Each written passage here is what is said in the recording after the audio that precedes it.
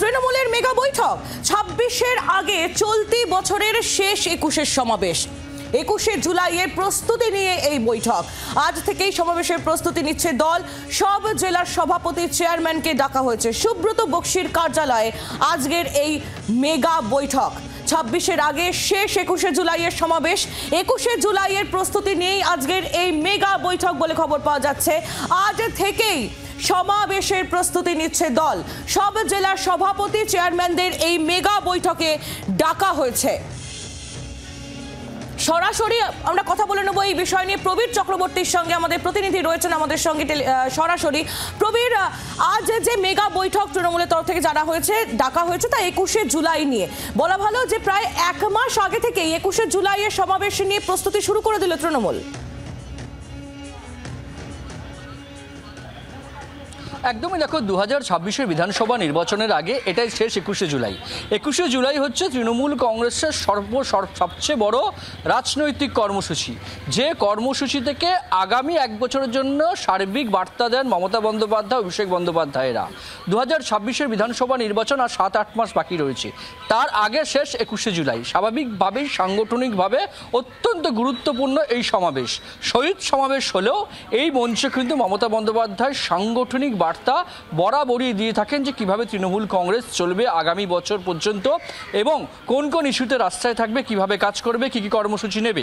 সেই জায়গায় দাঁড়িয়ে ২৬শে নির্বাচনের আগে এই ২১শে জুলাই তৃণমূল কংগ্রেসের অত্যন্ত বড় একটি রাজনৈতিক সমাবেশ, যেখান থেকে মনে করা হচ্ছে যে মমতা বন্দ্যোপাধ্যায় একাধিক বার্তা দেবেন, অভিষেক বন্দ্যোপাধ্যায় একাধিক বার্তা দেবেন।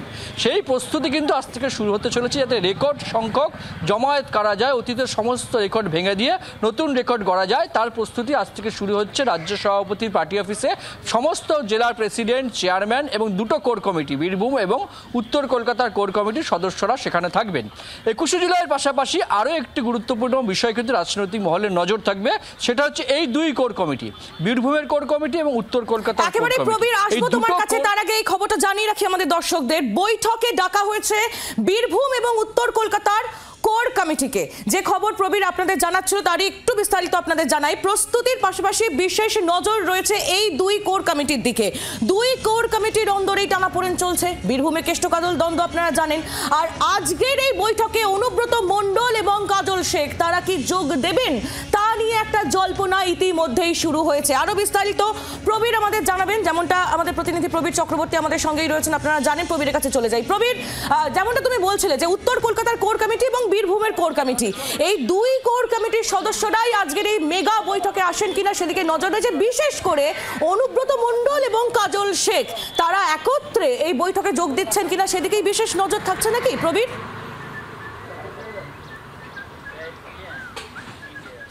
দেখো, যে সমস্ত জেলা প্রেসিডেন্ট এবং চেয়ারম্যানদের ডাকা হয়েছে। যেহেতু এই দুটো জেলায় প্রেসিডেন্ট চেয়ারম্যান নেই, তাই কোর কমিটিকে ডাকা হয়েছে বীরভূম এবং উত্তর কলকাতা।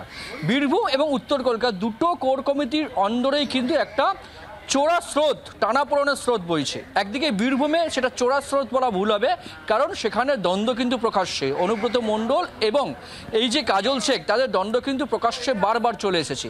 সেক্ষেত্রে দাঁড়িয়ে সেই বীরভূমে কোর কমিটিকে নিজেদের দ্বন্দ্ব মিটিয়ে নিতে কি বার্তা দেন তৃণমূলের শীর্ষ নেতৃত্ব, আজকে যারা থাকবেন তারা, সেটা দেখার বিষয়। পাশাপাশি দাঁড়িয়ে উত্তর কলকাতা কোর কমিটি, যেখানে সুদীপ বন্দ্যোপাধ্যায়কে সরিয়ে দিয়ে উত্তর কলকাতা কোর কমিটি করে দেওয়া হয়েছে, সেই কোর কমিটি আজ পর্যন্ত একটি বৈঠক করে উঠতে পারেনি। সেখানেও কিন্তু অন্দরে তাদের একটা টানাপোড়েন চলছে। কেন ১ মাসের বেশি সময় হয়ে গেল একটি কোর কমিটি বৈঠক করে উঠতে পারলো না, এই নিয়ে প্রশ্ন দেখা দিয়েছে উত্তর কলকাতার রাজনীতিতে।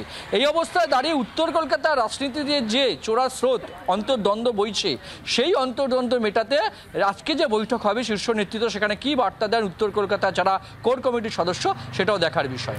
একেবারেই প্রবীর, নজর রাখো। অনেক ধন্যবাদ তোমায়। প্রবীর চক্রবর্তী আমাদের প্রতিনিধি সরাসরি ছিলেন আমাদের সঙ্গে।